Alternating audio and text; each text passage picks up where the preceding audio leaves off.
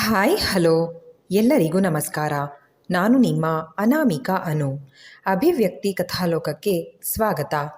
ಅನುಬಂಧ ಕಥೆಯ 29ನೇ ಅಧ್ಯಾಯವನ್ನು ಶುರು ಮಾಡೋಣ. ಸರಿ, ಹಾಗಾದರೆ ನಾಳೆಯಿಂದ ನಿಮ್ಮನ್ನು ನಾನು ಲೈಟ್ ಕಂಬ ಅಂತ ಕರಿತೀನಿ ಎಂದಳು ಸಾನ್ವಿ. ಅವಳ ಮಾತು ಕೇಳುತ್ತಲೇ ಕಿವಿ ಜೋರಾಗಿ ಹಿಂಡಿದ ಸೂರಜ್, ಏನಂದೆ, ಲೈಟ್ ಕಂಬನಾ ಎಂದ. ಅಯ್ಯೋ ಪ್ಲೀಸ್ ಬಿಡಿ ಸರ್, ನನ್ನ ಕಿವಿ ಹೋಯಿತು, ನಿಜವಾಗ್ಲೂ ನೋವಾಗ್ತಾ ಇದೆ. ಪಾಪದ ಹುಡುಗಿ ಮುಖನೆಲ್ಲ ನೋವಿಗೆ ಕೆಂಪಾಗಿದ್ರೂ ಅವಳ ಕಿವಿಗೆ ಮುಕ್ತಿ ಕೊಡದ ಸೂರಜ್, ನೀ ನನ್ನ ಹೆಸರಿಡ್ದು ಕರೆಯೋಕೆ ಒಪ್ಪಿಗೆ ಕೊಡೋವರೆಗೂ ಹೀಗೆ ಕಿವಿ ಹಿಂಡ್ಕೊಂಡಿರ್ತೀನಿ ಎಂದು ಹೇಳಿದ ಮೇಲೆ, ಪ್ಲೀಸ್ ಸೂರಿ, ನಂಗೆ ನಿಜವಾಗ್ಲೂ ಕಿವಿ ನೋವಾಗ್ತದೆ, ನನ್ನ ಜಾಣ ಅಲ್ವಾ ನೀವು, ಪ್ಲೀಸ್. ಸಾನ್ವಿ ಮಾತು ಕೇಳಿ ಖುಷಿಯಾದ ಸೂರಜ್ ಅವಳ ಕಿವಿಯಿಂದ ಕೈ ಸರಿಸಿ, ಏನಂದೆ, ಇನ್ನೊಮ್ಮೆ ಹೇಳು ಎಂದ. ನನ್ನ ಹತ್ರ ಬಂದರೆ ಹೇಳ್ತೀನಿ ಎಂದು ಹೇಳಿ ಸೂರಜ್ ಅವಳ ಹತ್ರಕ್ಕೆ ಬಂದಿದ್ದೇ ತಡ ಜೋರಾಗಿ ಅವನ ಕೆನ್ನೆ ಕಚ್ಚಿದ ಹುಡುಗಿ ಅವನ ಕಿವಿಯಲ್ಲಿ, ಸೂರಿಯಲ್ಲ ನನ್ನ ಲೈಟ್ ಕಂಬ ಅಂತ ಕೂಗಿದವಳು ಪ್ಲೇಟ್ ಹಿಡ್ಕೊಂಡೇ ರೂಮ್ ಹೊರಗಡೆ ಓಡು ಹೋದ್ಲು. ತನ್ನವಳ ಈ ತುಂಟಾಟ ಸೂರಜ್ಗೂ ಅಚ್ಚುಮೆಚ್ಚೆ. ಅವಳ ಹಿಂದೆಯೇ ತಾನು ಓಡು ಹೋಗಿ ಅಡುಗೆ ಮನೆಯಲ್ಲಿ ತಟ್ಟೆ ತೊಳಿತಾ ನಿಂತಿದ್ದ ಹುಡುಗಿಯನ್ನ ಹಾಗೆಯೇ ಭುಜದ ಮೇಲೆ ಹಾಕ್ಕೊಂಡು ಬಂದವನು ಅವಳನ್ನು ಮಂಚದ ಮೇಲೆ ತುಸು ಒರಟಾಗಿ ಎಸೆದು, ಏನೇ ಕುಳ್ಳಿ, ನನ್ನೇ ಲೈಟ್ ಕಂಬ ಅಂತೀಯಾ ಎಂದು ಹೇಳುತ್ತಾ ಅವಳ ಮೇಲೆ ಬಾಗಿದವನು ಸ್ವಲ್ಪ ಹೆದರಿದ ಸಾನ್ವಿನ ಕಂಡ ತಕ್ಷಣ ಅವಳಿಂದ ಹಿಂದೆ ಸರಿದ. ಇದ್ಯಾಕೆ ಸಾನು, ಇಷ್ಟಕ್ಕೆಲ್ಲ ಹೆದರೋದು? ಏನೋ ನಿನ್ನ ರೇಗ್ಸೋಣ ಅಂತ ನಾನು ತಮಾಷೆ ಮಾಡ್ತಿದ್ದೆ ಕಣೆ ಎಂದವನು ಅವಳ ಪಕ್ಕ ಹಾಗೆಯೇ ಉರುಳ್ಕೊಂಡ್ರೆ ಮೆಲ್ಲಗೆ ಅವನ ಎದೆಯ ಮೇಲೆ ತಾನೇ ತಲೆ ಇಟ್ಟು ಮಲಗಿದ ಸಾನ್ವಿ, ನೀವು ಅಂದರೆ ಇಷ್ಟನೇ ಸರ್, ಆದರೂ ನಿಮ್ಮ ಜೊತೆಗೆ ಕ್ಲೋಸ್ ಆಗೋಕ್ಕೆ ಸ್ವಲ್ಪ ಟೈಮ್ ಬೇಕು ಎಂದ ಸಾನ್ವಿ ಮಾತಿಗೆ ಅವಳನ್ನು ಮೆಲ್ಲಗೆ ಪಕ್ಕಕ್ಕೆ ಸರಿಸಿ ಅವಳ ಹಣೆಗೆ ಮುತ್ತಿಟ್ಟ ಸೂರಜ್, ನೀನಾಗಿ ನೀನೇ ನನಗೆ ಹತ್ರ ಆಗೋವರೆಗೂ ನಾನು ಕಾಯ್ತೀನಿ ಸಾನು, ನೀನು ನನ್ನ ಹೆಂಡತಿ ಅಂತ ನಿನ್ನ ಯಾವುದಕ್ಕೂ ಬಲವಂತ ಮಾಡಲ್ಲ, ಹಾಗಂತ ತುಂಬ ದಿನ ಕಾಯಿಸ್ಬೇಡ್ವೆ ಪ್ಲೀಸ್ ಕಣೆ ಎಂದವನು ಅವಳ ಹಣೆ, ಕೆನ್ನೆ, ಗಲ್ಲದ ಮೇಲೆಲ್ಲ ಮುತ್ತಿಟ್ಟು ಅವಳನ್ನು ತನ್ನ ತೋಳ ಮೇಲೆ ಮಲಗಿಸಿಕೊಂಡು ಅಂಗಾತ ಮಲಗಿದ್ರೆ ಅವಳು ಅವನನ್ನು ಬಳಸಿ ಮಲಗಿ ಅವನ ಎದೆಯ ಮೇಲೆ ತನ್ನ ಬೆರಳಲ್ಲಿ ಚಿತ್ತಾರ ಬಿಡಿಸ್ತಾ, ನೀವು ಪ್ರೀತಿಸಿದ್ದು ಚಾರ್ವಿಕಾನ, ಆದರೆ ಮದುವೆ ಆಗಿದ್ದು ನನ್ನ. ಮೊದಲು ಪ್ರೀತಿ ಮರೆಯೋಕ್ಕಾಗಲ್ಲ ಅಂತಾರೆ, ಆದರೆ ನೀವು ನೋಡಿದ್ರೆ ಅವಳನ್ನು ಆರಾಮಾಗಿ ಮರ್ತೇ ಬಿಟ್ರಲ್ಲ ಸರ್. ಮುಂದೊಂದು ದಿನ ಅಕಸ್ಮಾತಾಗಿ ನಿಮ್ಮ ತಂದೆ ಕುತಂತ್ರಕ್ಕೆ ಬಲಿಯಾಗಿ ನಾವಿಬ್ಬರು ದೂರ ಆದರೆ ಆಗ ನೀವು ನನ್ನೂ ಇಷ್ಟು ಸುಲಭವಾಗಿ ಮರೆತು ಬಿಡ್ತೀರಾ? ಇಲ್ಲ ಸರ್, ಸಾರಿ, ನೀವು ನನ್ನ ಮನಸ್ಸಾರೆ ಪ್ರೀತಿಸ್ತಾ ಇದ್ದೀನಿ ಅಂತ ಹೇಳೋವರೆಗೂ ನಾನು ನಿಮಗೆ ಹತ್ರ ಆಗಲ್ಲ. ಯೋಚಿಸುತ್ತಾ ಅವಳ ಕೈ ಬೆರಳಲ್ಲಿ ಅವನು ತೊಡಿಸಿದ್ದ ಉಂಗುರ ನೋಡಿ, ಇದನ್ನು ತೊಡಿಸುವಾಗ ಐ ಲವ್ ಯು ಅಂತ ಹೇಳ್ಬೋದಿತ್ತಲ್ವ ಸರ್ ಎಂದು ಯೋಚಿಸುತ್ತಾ ಹಾಗೆಯೇ ಸಾನ್ವಿ ನಿದ್ರೆಗೆ ಜಾರಲು ಸಾನ್ವಿ ನಿದ್ರೆ ಮಾಡ್ತಾ ಇರೋದನ್ನು ಖಾತ್ರಿಪಡಿಸ್ಕೊಂಡು ಅವಳ ತಲೆ ನೇವರಿಸುತ್ತಾ ಸೂರಜ್, ನೀನ್ಯಾಕೆ ನನಗಿಷ್ಟು ಸ್ಪೆಷಲ್ ಸಾನು? ನಿಜ ಹೇಳಬೇಕಂದ್ರೆ ಚಾರ್ವಿಕಾ ಜೊತೆಗೆ ಹೆಚ್ಚಂದರೆ ಅರ್ಧ ಗಂಟೆ ಮೇಲೆ ಟೈಮ್ ಸ್ಪೆಂಡ್ ಮಾಡೋಕ್ಕೆ ಆಗ್ತಾ ಇರಲಿಲ್ಲ. ಅವಳ ಜೊತೆಗಿನ ಮಾತುಕತೆ ಎಷ್ಟು ಬೋರಿಂಗ್ ಅನಿಸೋದು. ಅವಳಿಗೆ ನಾನೇ ಐ ಲವ್ ಯು ಹೇಳಿ ಪ್ರಪೋಸ್ ಮಾಡಿದಾಗ ಕೂಡ ಅವಳಿಗೆ ಒಂದು ಮುತ್ತು ಕೊಡೋ ಮನಸ್ಸು ನನಗೆ ಬಂದಿಲ್ಲ ಕಣೆ. ಒಮ್ಮೆ ಅವಳಾಗೆ ನನ್ನ ಮೈ ಮೇಲೆ ಬಿದ್ದು ಮುತ್ತು ಕೊಡೋಕೆ ಬಂದಾಗ ನನಗೆಂಥ ಕೋಪ ಬಂದಿತ್ತು ಗೊತ್ತಾ? ಒಲ್ಲದ ಮನಸ್ಸಿನಿಂದ ಅವಳ ಜೊತೆಗೆ ಬೆಸೆದಿದ್ದ ಬಂಧನಕ್ಕೆ ನಿನ್ನಿಂದ ಮುಕ್ತಿ ಸಿಕ್ತು. ನೀನು ನನ್ನ ಕಣ್ಮುಂದೆ ಬಂದಾಗಿನಿಂದ ನಿನ್ನ ಜೊತೆ ಮಾತುಕತೆ, ಹರಟೆ, ಜಗಳ ಎಲ್ಲವೂ ನನಗಿಷ್ಟ ಆಗ್ತಾ ಇದೆ ಸಾನು. ನೀನವತ್ತು ನಾನು ಬಿಟ್ಟು ಹೋಗ್ತೀನಿ ಅಂದಾಗ ಎಷ್ಟು ಬೇಸರ ಆಗಿತ್ತು ಗೊತ್ತಾ? ಪ್ಲೀಸ್ ಕಣೆ, ನೀನು ಯಾವತ್ತೂ ನಾನು ಬಿಟ್ಟು ಹೋಗಬೇಡ, ಎಲ್ಗೂ ಹೋಗಬೇಡ ಎಂದು ಹೇಳಿ ಅವಳ ಹಣೆ ಚುಂಬಿಸಿ ತನ್ನವಳನ್ನು ಬಳಸಿ ಮಲಗಿದ. ರಾತ್ರಿ ಎಷ್ಟೇ ತಡವಾಗಿ ಮಲಗಿದ್ರೂ ಬೆಳಗ್ಗೆ 5 ಗಂಟೆಗೆ ಎದ್ದು ಸೈಕ್ಲಿಂಗ್ ಹೋಗೋದನ್ನು ಮಾತ್ರ ತಪ್ಪಿಸ್ತಾ ಇರಲಿಲ್ಲ ಸೂರಜ್. ಅದರಂತೆಯೇ ಇಂದು ಸಹ 5ಕ್ಕೆ ಎದ್ದು ಫ್ರೆಶಪ್ ಆದವನು ಟ್ರ್ಯಾಕ್ ಸೂಟ್ ಧರಿಸಿ ಕೆಳಗಿಳಿದು ಹೋಗುವ ಮುನ್ನ ಮಲಗಿರುವ ತನ್ನ ಮಡದಿಯ ಹೊದಿಕೆ ಸರಿ ಮಾಡಿ ಅವಳ ಹಣೆಗೆ ಮುತ್ತಿಟ್ಟು, ಗುಡ್ ಮಾರ್ನಿಂಗ್ ಸಾನು ಎಂದು ಅವಳ ಕಿವಿಯಲ್ಲಿ ಪಿಸು ನುಡಿಯಲು ಕೊಸರಾಡುತ್ತಾ ಎಂದಷ್ಟೇ ಹೇಳಿ ಮತ್ತೆ ದಿಂಬನ್ನು ಗಟ್ಟಿಯಾಗಿ ತಬ್ಬಿ ಬೋರಲು ಮಲಗಿದ್ಲು. ಎಷ್ಟೇ ದೊಡ್ಡ ಮಂಚ ಇದ್ರೂ ಮುದುಡಿ ಹೀಗೆ ಪುಟ್ಟದಾಗಿ ಮಲಗೋ ಅವಳ ರೀತಿಗೆ ಯಾರಾದರೂ ನಗಲೇಬೇಕು. ಹಜಾರದಲ್ಲಿ ಚೇರ್ ಮೇಲೆ ಕೂತು ಸ್ಪೋರ್ಟ್ಸ್ ಶೂಸ್ ತೊಡುತ್ತಾ ಹಾಗೆಯೇ ತನ್ನೆದುರಿಗಿದ್ದ ಟೇಬಲ್ ಮೇಲೆ ಜೋಡಿಸಿದ್ದ ಕನ್ನಡ ಹಾಗೂ ಇಂಗ್ಲೀಷ್ನ ದಿನಪತ್ರಿಕೆಗಳನ್ನು ಕಂಡವನು ಒಂದನ್ನು ಕೈನಲ್ಲಿಡ್ಕೊಂಡು ಸೆಲೆಬ್ರಿಟಿಗಳ ನ್ಯೂಸ್ ಕಾಲಮ್ನಲ್ಲಿ ನೋಡಲು ಸೂರಜ್ ಸಾನ್ವಿ ಮದುವೆಯಾದ ವಿಷಯದ ಬಗ್ಗೆ ಒಂದು ಆರ್ಟಿಕಲ್ ಬಂದಿದೆ. ಅದರ ಜೊತೆ ಇವನು ಅವಳಿಗೆ ಕಾಲುಂಗುರ ತೊಡಿಸುತ್ತಿರುವ ಫೋಟೋ ಕೂಡ ಇದೆ. ಅದನ್ನು ನೋಡಿ ಸಣ್ಣದಾಗಿ ತುಟಿ ಅರಳಿಸಿದ ಸೂರಜ್, ಪರ್ಫೆಕ್ಟ್ ಎಂದುಕೊಳ್ಳುತ್ತಾ ಸೈಕ್ಲಿಂಗ್ಗೆ ಹೋದರೆ ಇಲ್ಲಿ ನಿದ್ದೆಯಿಂದ ಎಚ್ಚರಗೊಂಡ ಸಾನ್ವಿ ಎಂದಿನಂತೆ ಅಮ್ಮನ ಫೋಟೋ ದರ್ಶನ ಮಾಡಿ ಸೂರಜ್ ಬರೋದ್ರೊಳಗೆ ಬೇಗ ಬೇಗ ತಯಾರಾಗಬೇಕು ಅಂತ ಸ್ನಾನ ಮುಗಿಸಿ ಬಂದವಳು ಕನ್ನಡಿ ಮುಂದೆ ನಿಂತು ಮಾಯ್ಶ್ಚರೈಸರ್ ಹಚ್ಚಿ ಎಂದಿನಂತೆ ಕಣ್ಣಿಗೆ ದಪ್ಪವಾಗಿ ಕಾಡಿಗೆ, ಹಣೆಗೆ ಪುಟ್ಟ ಬಿಂದಿ, ತುಟಿಗೆ ಜೆಲ್ ಮಾತ್ರ ಹಾಕಿ ಸೊಂಪಾದ ಗುಂಗುರು ಕೂದಲಿಗೆ ಕ್ಲಿಪ್ ಹಾಕದೆ ಅದಕ್ಕೆ ತುರುಬು ಕಟ್ಟಿ ಸೂರಜ್ ವಾರ್ಡ್ರೋಬ್ನಿಂದ ಸೂಟ್ಕೇಸ್ ತೆಗೆದು ಅದರಲ್ಲಿ 1 ವಾರಕ್ಕಾಗುವಷ್ಟು ಅವನ ಬಟ್ಟೆ ಪ್ಯಾಕ್ ಮಾಡಿದ್ಲು. ಅಮ್ಮನ ಮನೆಯಲ್ಲೇ ತನ್ನೆಲ್ಲ ಬಟ್ಟೆಗಳು ಇರೋದ್ರಿಂದ ಇಲ್ಲಿಂದ ತಗೊಂಡು ಹೋಗೋದಕ್ಕೆ ಹೆಚ್ಚೇನು ಪ್ಯಾಕ್ ಮಾಡೋ ಹಾಗೆ ಇರಲಿಲ್ಲ. ಸೂರಜ್ ಈಗ 1 ವಾರ ತನ್ನ ಮನೆಯಲ್ಲೇ ಇರ್ತಾನೆ. ಎಷ್ಟಾಗುತ್ತೋ ಅಷ್ಟು ಅವನಿಗೆ ಕಾಟ ಕೊಟ್ಟು ಚೆನ್ನಾಗಿ ಗೋಳು ಹಿಕ್ಕೋಬೇಕು ಅಂತ ಪ್ಲ್ಯಾನ್ ಹಾಕ್ಕೊಳ್ತಾ ತನ್ನ ಯೋಚನೆಗಳಲ್ಲಿಯೇ ಕಳೆದು ಹೋಗಿದ್ದ ಸಾನ್ವಿ ಅವಳ ಫೋನ್ ಸದ್ದು ಮಾಡಿದ್ದಕ್ಕೆ ಎಚ್ಚೆತ್ತಳು. ಸಾನು, ನೀನು ನಿನ್ನೆ ರಾತ್ರಿ ನನಗೆ ಮೆಸೇಜ್ ಮಾಡಿದ್ದು ನಿಜಾನಾ ಕಂದ? ನೀನು ಅಳಿಯಂದ್ರ ಜೊತೆಗೆ ಬಂದು ಇಲ್ಲಿ 1 ವಾರ ಇರ್ತೀಯಾ? ತಮಾಷೆ ಮಾಡ್ತಿಲ್ಲ ತಾನೇ? ಮೊದಲೇ ಇಲ್ಲಿ ಅಳಿಯಂದ್ರಿಗೆ ಒಪ್ಪೋ ಹಾಗೆ ಏನೂ ಅನುಕೂಲ ಇಲ್ಲ. ಏನು ಮಾಡೋದೀಗ ಎಂದು ಕೇಳಿದ್ರು ಅನುಪಮ. ಅಮ್ಮನ ಆತಂಕಕ್ಕೆ ನಕ್ಕ ಸಾನ್ವಿ, ಯಾಕಮ್ಮ ಇಷ್ಟೊಂದು ಟೆನ್ಷನ್ ಮಾಡ್ಕೋತಾ ಇದೀಯಾ?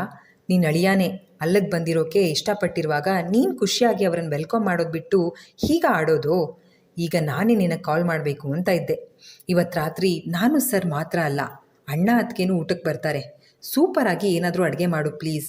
ಹಾಗೆ ಮನೆ ಖರ್ಚಿನ ಬಗ್ಗೆ ಯೋಚಿಸ್ಬೇಡ ಅಮ್ಮ, ನಾಳೆ ನನಗೆ ಫಸ್ಟ್ ಸಂಬಳ ಬರುತ್ತೆ ಎಂದು ಖುಷಿಯಾಗಿ ಹೇಳಿದ್ಲು ಸಾನ್ವಿ. ಸಾನ್ವಿ ಮಾತು ಕೇಳ್ತಾ ಇದ್ದ ಅನುಪಮಾರಿಗೆ ಅದ್ಯಾಕೋ ನಗು ಬಂದ್ಬಿಡ್ತು. ಅಮ್ಮನ ನಗು ಕೇಳಿ ಮುನಿಸಿಕೊಂಡವಳು, ಯಾಕಮ್ಮ ನಗ್ತಾ ಇದೀಯಾ? ಈಗ ನಾನು ಹೇಳಬಾರ್ದಂಥದ್ದೇನು ಹೇಳಿದೆ ಎಂದಳು. ಕೋಪ ಮಾಡ್ಕೋಬೇಡ ಸಾನು, ನೆನಪಿದ್ಯಾ ನೀನು ಕೆಲ್ಸಕ್ಕೆ ಸೇರಿದ ದಿನ ನನಗೆ ಸಂಬಳ ಬಂದ ತಕ್ಷಣ ಓನರ್ ಹತ್ರ ಮಾತಾಡಿ ಈ ಮನೆ ರಿಪೇರಿ ಮಾಡಿಸ್ತೀನಿ, ಹೊಸ ಸೋಫಾ TV ತಗೋತೀನಿ ಅಂತ ಏನೇನೋ ಕನ್ಸ್ಕೊಂಡಿದ್ದೆ. ಈಗ ನೋಡಿದ್ರೆ ನಿನ್ನ ಮೊದಲ ತಿಂಗಳ ಸಂಬಳ ಬರೋದ್ರೊಳಗಡೆ ನಿನ್ನ ಮದುವೆನೇ ಆಗೋಗಿದೆಯಲ್ಲೇ, ಅದಕ್ಕೆ ನಗು ಬಂತು ಅಷ್ಟೇ ಎಂದರು ಅನುಪಮ. ಏನಮ್ಮ ನೀನು ನನ್ನ ಆಡ್ಕೊಂಡು ನಗ್ತಾ ಇದ್ದೀಯಾ? ನಾನೇನು ಅಣ್ಣನ ಥರ ಲವ್ ಮಾಡಿ ಮನೆ ಬಿಟ್ಟು ಓಡೋಗಿ ಮದುವೆ ಆದ್ನಾ? ನನಗೆ ಗೊತ್ತಿಲ್ಲದೆ ತಾನೇ ಮದುವೆ ಆಗಿದ್ದು. ಈಗ ಅದೆಲ್ಲ ಕಥೆ ಬೇಡ. ನಾನು ಆ ಮನೇಲಿ ಇರಲ್ಲ ಅಂದ್ರೇನು, ನಾನು ಮಾಡಿದ ಪ್ರಾಮಿಸ್ ಅಷ್ಟನ್ನು ಪೂರೈಸ್ತೀನಿ. ಆದರೆ ನೀನು ಯಾವಾಗಲೂ ನಗ್ನಗ್ತಾ ಇರಬೇಕು. ಈಗ ಬೆಳಗ್ಗೆ ತಿಂಡಿಗೆ ನಾವು ಅಲ್ಲಿಗೆ ಬರ್ತಾ ಇದ್ದೀವಿ ಅಮ್ಮ, ರವೆ ಇಡ್ಲಿ ಮಾಡಿರು ಓಕೆನಾ ಎಂದು ಹೇಳಿ ಕರೆ ತುಂಡರಿಸಿ ಈಗ ಯಾವ ಬಟ್ಟೆ ತೊಡುವುದು ಎಂದು ವಾರ್ಡ್ರೋಬ್ ತೆಗೆದು ಕಣ್ಣಾಡಿ ಸುತ್ತ ನಿಂತ ಹುಡುಗಿಗೆ ಸೂರಜ್ ಇವಳಿಗೆ ಲೆಹಂಗಾ ಜೊತೆಗೆ ಕೊಡಿಸಿದ್ದ ಸೀರೆ ಕಂಡಿತ್ತು. ಅದನ್ನು ಕೈಲಿಡ್ಕೊಂಡವಳು, ಸರ್ ನನಗ್ಯಾಕೆ ಲೆಹಂಗಾ ಸೀರೆ ಎರಡನ್ನೂ ಗಿಫ್ಟ್ ಮಾಡಿದ್ದು? ಛೇ, ಅವ್ರು ನನಗೆ ಹೀಗೆ ಸರ್ಪ್ರೈಸಾಗಿ ಮದುವೆ ಆಗ್ತಾರೆ ಅಂತ ಗೊತ್ತಿದ್ರೆ ಈ ಸೀರೆನೇ ಉಡ್ತಿದ್ದೆ. ಏನೋ ಸರ್ ಮದುವೆ ಅಂತ ತಾನೇ ನಾನು ಲೆಹಂಗಾ ಹಾಕ್ಬಿಟ್ಟೆ. ಈಗ ಇಷ್ಟೊಂದು ದುಬಾರಿ ಸೀರೆನ ನಾನು ಯಾವಾಗ ಉಡೋದು? ತನ್ನಷ್ಟಕ್ಕೆ ತಾನೇ ಮಾತನಾಡ್ಕೊಳ್ತಾ ಸೀರೆ ಮೇಲೆ ಕೈ ಆಡಿಸ್ತಾ ಇದ್ದವಳು ಅದರ ಮೇಲೆ ತುಟಿ ಊರಿ, ಸರ್ ಸೆಲೆಕ್ಷನ್ ಯಾವತ್ತಿದ್ರೂ ಸೂಪರ್ ಎಂದು ಉಸುರಿದ್ಲು. ಸೈಕ್ಲಿಂಗ್ ಮುಗಿಸಿ ಮನೆಗೆ ಹಿಂದಿರುಗಿ ಬಂದವನು ಮೆಟ್ಟಿಲೇರುವ ಮೊದಲು ಅಡುಗೆಯವರು ನೀಡಿದ ತನ್ನ ಪ್ರೋಟೀನ್ ಶೇಕ್ ಜೊತೆಗೆ ತನ್ನ ಮಡದಿಗೆ ಕಾಫಿ ಹಿಡಿದು ಬಂದ ಸೂರಜ್ ರೂಮ್ ಬಾಗಿಲಲ್ಲಿ ನಿಂತು ಅವಳು ಸೀರೆಗೆ ಮುತ್ತಿಟ್ಟು ತನ್ನನ್ನು ಹೊಗಳಿದ್ದನ್ನು ಕೇಳಿ ಖುಷಿಯಲ್ಲಿ ಉಬ್ಬಿಹೋದ. ಈ ಕುಳ್ಳಿ ಒಂಥರ ಲೂಸು, ನನ್ನ ಇಷ್ಟಪಡ್ತಾಳೆ, ಆದರೆ ಹತ್ರ ಹೋದರೆ ಎದುರುಕೋತಾಳೆ. ಇವಳನ್ನು ಹೇಗೆ ಹೊಲಿಸ್ಕೊಳ್ಳೋದು? ಯಾವಾಗ ಇವಳು ಕರೆಕ್ಟಾಗಿ ನನ್ನ ಹೆಂಡತಿ ಆಗ್ತಾಳೋ? ಇರಲಿ, ಇದೊಂದು ವಾರ ಕಳೀಲಿ. ಅತ್ತೆ ಮನೆಯಿಂದ ವಾಪಸ್ ಬಂದ ಮೇಲೆ ಇವಳನ್ನು ಹೀಗೆ ಸುಮ್ಮನೆ ಬಿಡಲ್ಲ ನಾನು ಯೋಚಿಸುತ್ತಾ, ಸಾನು ಕಾಫಿ ಎಂದು ರೂಮೊಳಗೆ ಬಂದ ಸೂರಜ್ನನ್ನು ಕಂಡ ತಕ್ಷಣ ಸೀರೆಯನ್ನು ವಾರ್ಡ್ರೋಬ್ ಒಳಗಡೆ ಇಟ್ಬಿಟ್ಟು ಒಂದು ಚೂಡಿದಾರ ಕೈನಲ್ಲಿ ಇಟ್ಕೊಂಡು, ಸರ್ ಸ್ನಾನ ಮಾಡಿದ ಮೇಲೂ ನೈಟ್ ಡ್ರೆಸ್ನಲ್ಲೇ ಇದ್ದೀನಿ, ಇವಾಗ ಡ್ರೆಸ್ ಚೇಂಜ್ ಮಾಡ್ಕೊಂಡು ಬಂದು ಆಮೇಲೆ ಕಾಫಿ ಕುಡಿತೀನಿ ಎಂದು ಹೇಳುತ್ತಾ ಬಾತ್ರೂಮ್ ಕಡೆ ಹೋಗುತ್ತಿದ್ದವಳನ್ನು ತನ್ನೆಡೆಗೆ ಎಳೆದುಕೊಂಡು ಅವಳನ್ನು ಮುದ್ದಿಸೋಕೆ ಶುರು ಮಾಡಿಬಿಟ್ಟ ಸೂರಜ್.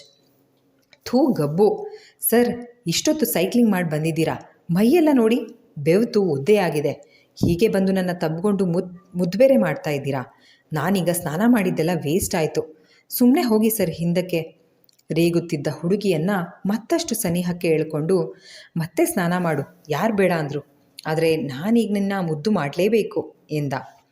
ಸೂರಜ್ ನಡವಳಿಕೆಗೆ ಕೋಪಗೊಂಡ ಹುಡುಗಿ, ಸರ್ ಮೋಸ ಇದು, ನಿನ್ನೆ ನೀವು ನನಗೆ ಇದಕ್ಕೆಲ್ಲ ಟೈಮ್ ಇಲ್ಲ ಕೊಡ್ತೀರಾ ಅಂತ ಪ್ರಾಮಿಸ್ ಮಾಡಿದ್ರಿ, ನಾನಾಗೆ ಹತ್ರ ಬರೋವರೆಗೂ ಕಾಯ್ತೀನಿ ಅಂದಿದ್ರಿ, ಆದರೆ ಈಗ ಮಾತಿಗೆ ತಪ್ತಾ ಇದ್ದೀರಾ ಎಂದು ಕೊಸರಾಡುತ್ತಾ ಅವನನ್ನು ಹಿಂದಕ್ಕೆ ತಳ್ಳಲು ನೋಡುತ್ತಿದ್ದ ಹುಡುಗಿಯನ್ನು ಅಪ್ಪಿಯೇ ಇದ್ದವನು, ನೀನು ಮಾತ್ರ ಮಾತಿಗೆ ತಪ್ಪಬಹುದಾ?